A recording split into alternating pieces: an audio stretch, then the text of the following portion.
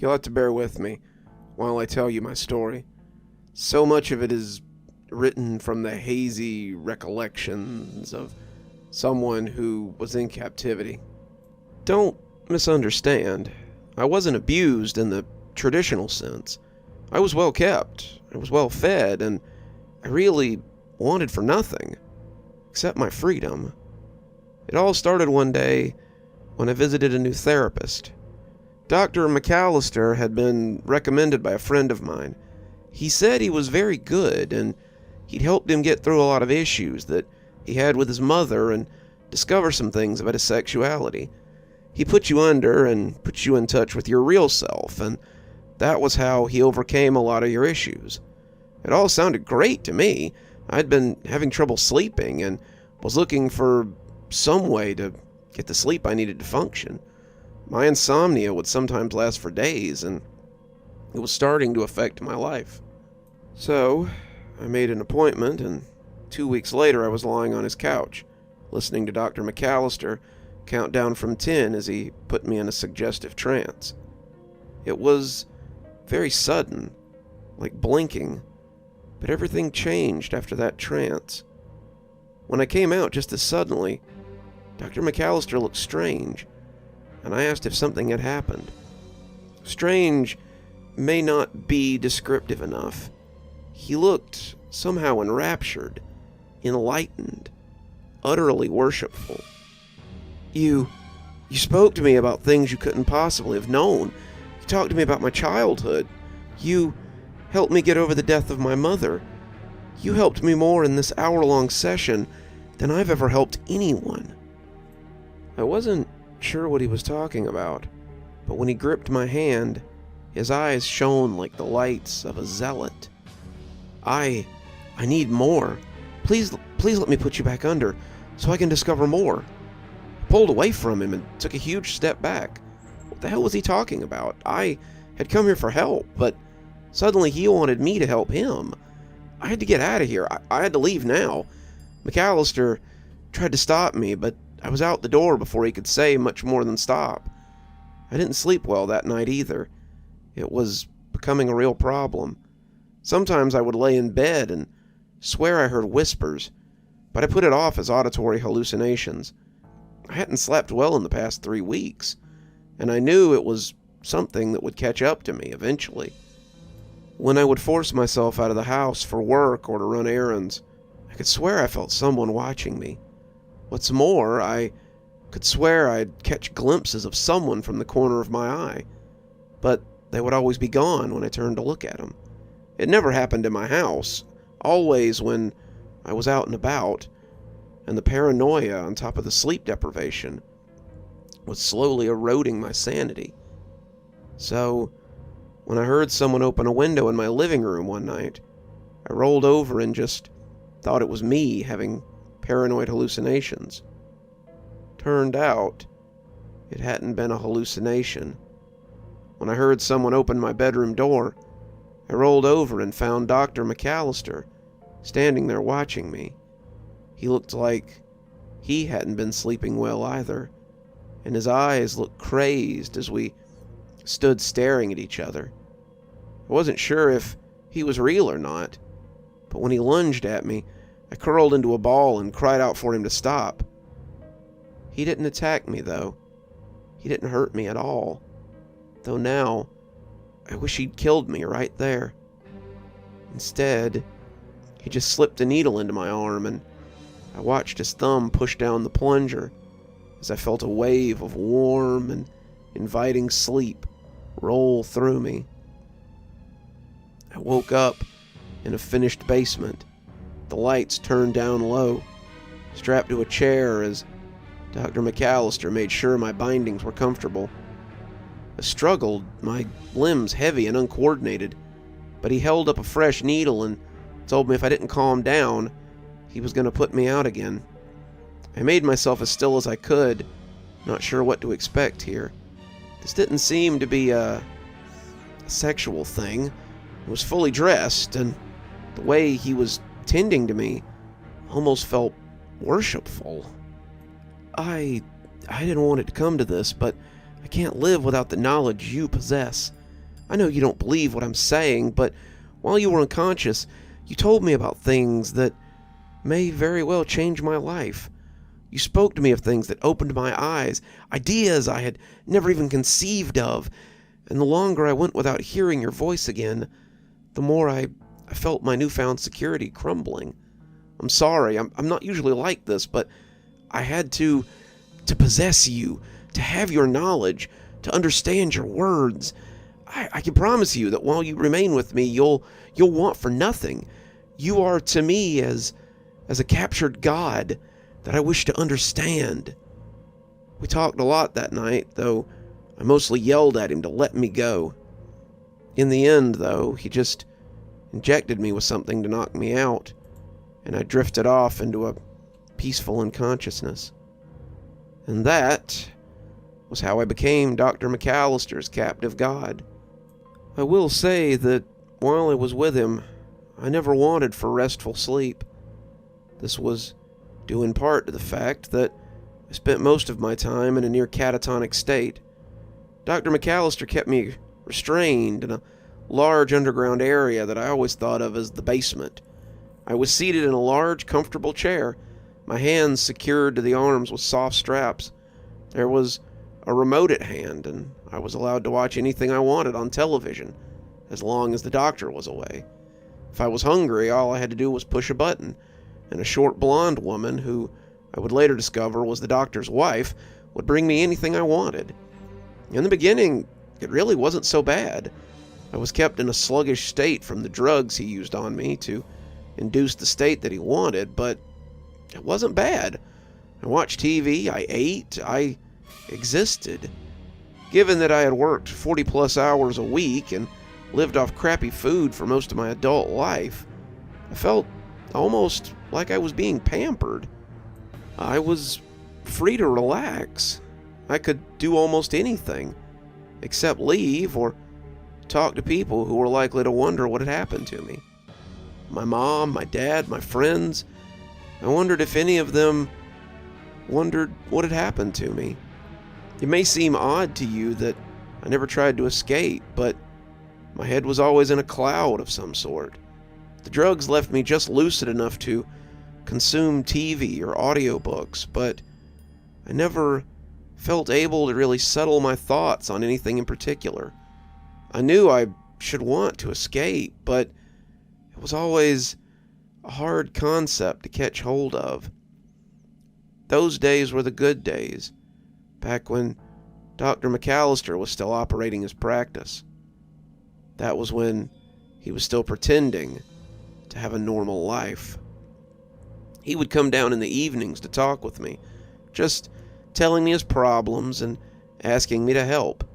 He would ask me about stocks or bonds, the housing market, business ideas, patents, inventions, and I would try my best to direct him in the way he wanted. I wasn't really sure what he wanted. My head was too foggy most of the time to make sense of it, but I would try my best to help him without the need to be placed in an unconscious state. We'd talk for hours about everything from the state of his marriage, the depraved childhood he had lived through, the future of psychology, and even the condition of his soul.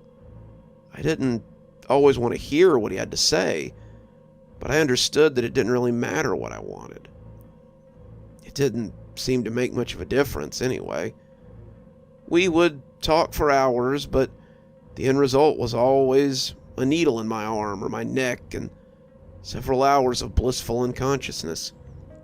I remember little from these periods of blackout, fortunately, but sometimes I would go to a dark place and just hang suspended in the murk. Things would whisper to me there, tell me things I couldn't understand. I was powerless to stop them. This happened very rarely, but it was still too often for my tastes. I don't know what I said to Dr. McAllister in those times, but there was always a drastic change when I came back to myself. It wasn't always for the better either. Once I came back to myself and felt something wet in my lap. I glanced down, which was difficult because my head was strapped to the headrest, and found that someone had thrown a head into my lap. I flinched away from it as my groggy brain finally clicked it all together, but it was little more than a shudder in my current state. The head had wispy gray hair, a pair of broken glasses hanging across the face from one ear, and a nose full of broken veins from a lifetime of drinking. I didn't recognize it, but as it soaked the pants of my pajamas, I did feel like it was familiar somehow. Dr. McAllister was sitting across from me, looking expectantly at the gift he had literally dropped in my lap, and I looked at it with confusion as I asked why he had done this. You told me to. You said if I meant to truly get over the cruelty and abuse that my father had given me, then I had to destroy the icon of my father within myself. So I did. I told him that I wanted to meet so we could discuss our past and reconcile. He was ecstatic. He hadn't seen me in 20 years, and oh, did we reconcile. I waited for him to turn around, and I bashed his head in with a hammer, choking him to death as he lay twitching on the floor. Then I took the body and disposed of it, cutting the head off so I could show you that I'd followed your instructions. You're so wise, so correct. I am your loyal disciple, always. I started screaming, mindless, gibbering noise, but he just bowed to me, and when the head hit the ground next to him, he didn't even flinch. That was my first inclination that the things I was saying in my sleep might be used in this way, in ways that I had never considered. After that, he started bringing people down to see me. At first, it was his wife, the blonde woman who'd been feeding me. She looked skeptical as she approached, content to keep her husband's secrets, but unsure of joining him in this new experiment. I knew from our talks that he was afraid she would leave him, but enjoyed the financial stability of their marriage. He stuck me with the needle as she sat a few feet away, and when I came to, she was bowing and crying and thanking me for helping her see the truth. My husband was right. You are truly a god. I was wrong to ever doubt you or him. After that, it was friends and colleagues. They all seemed confused when he introduced them to me, calling me his god of knowledge, and some of them laughed, thinking it was a joke.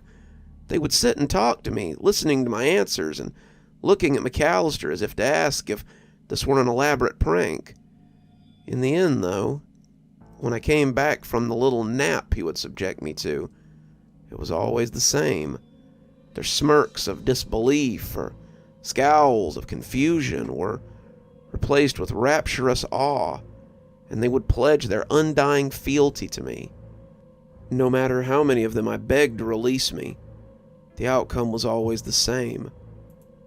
A religion of sorts began to form. Over time, McAllister drew in his cult. It was only a few at first, 5, 10, but it quickly grew into a sizable little flock. The followers began to take care of me, washing and feeding and seeing to my every whim, except the most important. I would ask them to release me, beg them to let me go, but it was always interpreted as a test of some sort. Their god was testing them to see if they were loyal to the here or to the hereafter, and they would thank me for helping them fortify their belief in me as they slid my hands back into the restraints or pushed my head back into the buckles. I yelled at them. I called them idiots. I tried to push them, but the constant use of sedatives and the lack of any regular exercise had made me weak. I wasn't wasting away, but I wasn't getting the exercise I needed to be certain. I could do little to free myself. My bonds always replaced, and after a while, I just gave in. The funny thing was that whatever I was telling them while I was under, was working. McAllister showed me the money he had made, earned from the stock market and selling property, and the cult began to thrive. What's more, they all claimed to have cast off whatever addictions or mental health problems or childhood traumas had plagued them, and they were addicted now to nothing but serving me. Like McAllister had said, those who tried to leave or to return to their lives reported feeling hopeless and manic unless they could return to my presence and hear my words, whatever they were. That's when things started to get bad. McAllister was truly addicted to my influence, and it led him to overstep. McAllister had been gathering his followers at his home, and while it was large, it was becoming too small to hold all of them. I can't really speculate how many there were, but the basement was standing room only. I sat beneath a small bar that he was standing on, and the sea of bodies was dizzying. Though he was speaking, they all looked at me as if I were speaking through him. So many eyes looking at me. My body still held in the chair I had sat in for God knew how long, was something I never quite got used to. It never made me feel like a deity. It never made me feel powerful to have them worship me. It always made me feel like a pet, my freedom just one open door away. McAllister said they'd be moving to a new place soon, a place that would house them all comfortably. They could all stay there indefinitely, leaving their jobs and lives behind so they could care for their captive god. He didn't say where it was, but he said they would all go this afternoon and prepare for a long journey. They were all so happy, their faces enraptured as he told them about their new home. But I began to feel that this would never end. When he began to bring people to see me, I had hoped that someone would fail to see me as he did and get me out of here. They would take me away from him. They would call the police, and I would be saved from my captivity. That never happened. Whatever power I had held them in sway, and after a while I doubted that I would ever get out of here. I didn't know how long I had been McAllister's captive god, but I knew that no matter how comfortable the life, this had to end. I decided then that if they weren't going to get me out, I would have to do it myself. Strangely, my chance came that very day. They had all left me so they could prepare, and as I sat in the shadowy basement, I realized that my wrist strap was undone. This had never happened before. For a moment, I wasn't sure what to do. It took all the energy I had to focus enough to get my hand to undo the other strap. And when I bent down to undo my legs, the effort seemed to take years. My mind was like unraveling yarn, and it was hard to focus on any particular task. When the bonds came off my legs, I got shakily to my feet before bending to rub some life into them. They were prickly from the lack of use, and I took shaky steps as I made for the stairs. I got to the top before I was discovered. I peeked through the door and into the barren kitchen beyond. The cupboards were empty, the countertops clean, and I could tell that this room had already been cleaned out for the move. I had just decided to take a step out and make for the back door when someone walked into the kitchen and saw me. They called for McAllister, walking to me as they insisted I return to my chair. I pushed at them, telling them to get away from me, to get out of my way, but as I lunged for the back door, I heard others coming in to stop me. I made it to the backyard, squinting at the sun as it hit my eyes, but I found it fenced with tall wooden boards. I was grabbed by many hands, and when someone slipped a needle into my neck, I looked back to see McAllister instruct them to get me in the car. I came to sometime later, and I was laying in an elaborate bed, my hands cuffed to the frame. That began the worst part of my confinement, though it was thankfully the end of it. After that, the drugging became worse. McAllister and his inner circle kept me in a near constant catatonic state. The drugs he used were no longer just injected, and they began to experiment with other substances. The documents that were found later said they received different outcomes when different kinds of drugs were used, and they often sat around and drank or laughed as I came in and out of reality. I was aware of nothing in those times. A ship drifting on a sea of time. I could have been with them for days. I could have spent decades under their control. But to me, time was only islands glimpsed from afar. I didn't see many people in that time, just the 5 or so who were in McAllister's inner circle. But these men always spoke as if they were doing very well. Often there was cigar smoke around my bed, the smell of expensive liquor, and always the low murmur of talk as they waited for me to tell them what else they might do to gain more power. I'd become their oracle, their captive god as opposed to their revered deity, and they threatened to use me up. These are the times I remember the least about, except for the end. I spent a lot of my days in a black stupor, and the more they experimented, the more often I was back in the dark place. When I came back from these trances, I noticed a change in my captors. Gone were the shining eyes of the enraptured. Disappeared were the weeping orbs of the enlightened. They were replaced by the flinty eyes of the zealot, and I was afraid that he might break his promise. He looked angry, but also resolved. Whatever I had told him weighed heavily on him, but I wouldn't understand the burden, not for a while yet. Not until the day it all came to an end. I came to one afternoon to find an intrusive light leaking into my dark chamber. They had always kept me in this persistent dark room, but now the door was open, and something was laying in it. On the floor, there were others, none of them moving, and I was confused by their sudden stillness. Was this something new? Were they sleeping, or were they... I tried to put that thought out of my head. They couldn't be dead, I reminded myself as I shook my chains.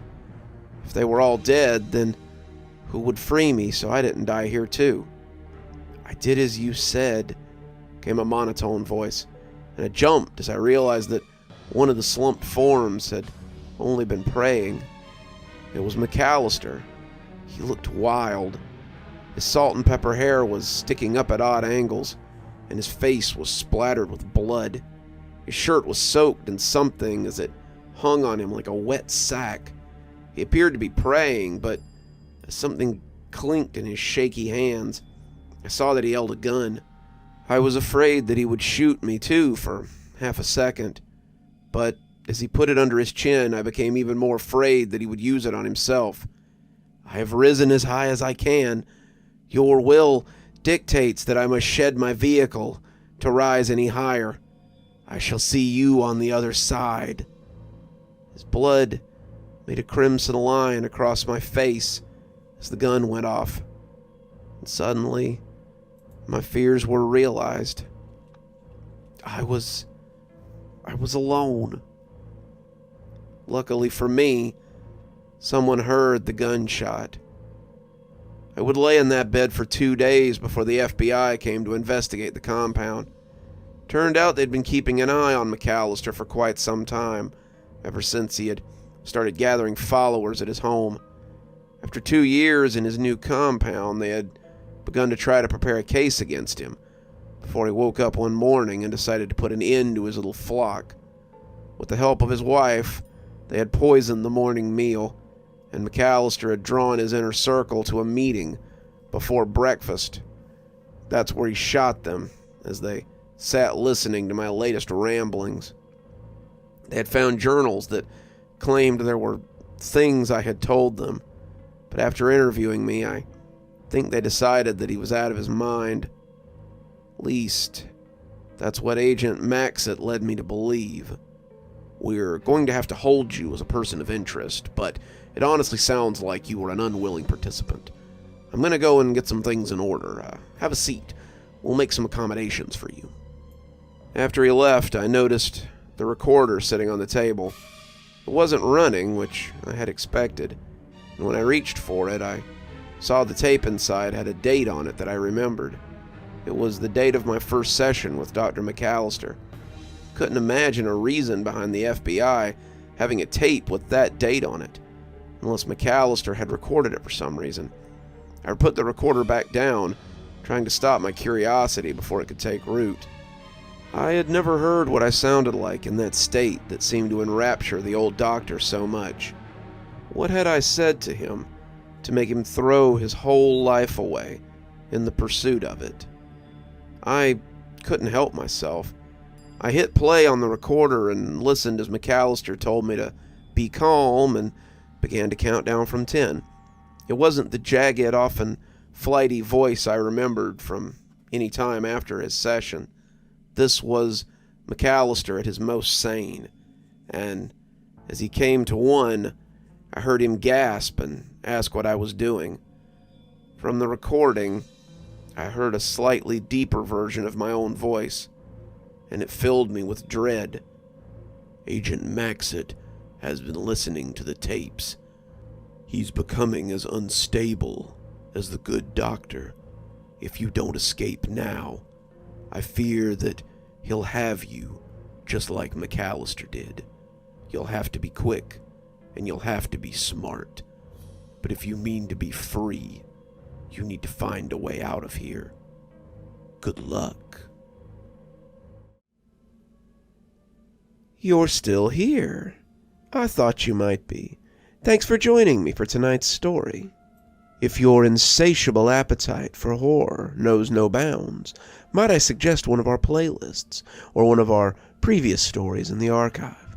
There should be one appearing at the end of the story any minute now. And of course, if you're not subscribed, why not go ahead and hit that subscribe button? Maybe hit that notification bell so you don't miss any of the spooky things that we do here. If you prefer your horror a little more analog, you can always pick up one of my books. There's a link below to my latest, and it'll take you to all the great things that I've posted on Amazon. For my book lovers in the audience, I always suggest coming on down to Patreon so you can become part of my ghostly reader tier and get a book anytime I write one, which is usually about twice a year. Speaking of my patrons, let's go ahead and thank them, shall we? Thanks to Unicorn Hollow for being our spooky ghost contributor. Thanks to Janet and Lady Vengeance for being our spooky skeleton tier contributors. Thanks to Hi Stacy, Winter, Xaronan, Emily Coltsfoot, Stephanie Carrington, Marianne Schuler, Tyler Parker, and Jennifer Damron for being our ghostly reader tier contributors. Thanks, everyone. We just couldn't do the show without you. If you think you might like to support the show in a more monetary fashion, come on down to Patreon. I have many tiers. I'm sure you'll find one that suits you best. I always recommend the Ghostly Reader tier, since you get a signed book anytime I write one on your doorstep. But I have many tiers, and again, I'm sure you'll find one to suit you. And as always, thanks for stopping by. Dr. Plague, signing off. Have a wonderful evening.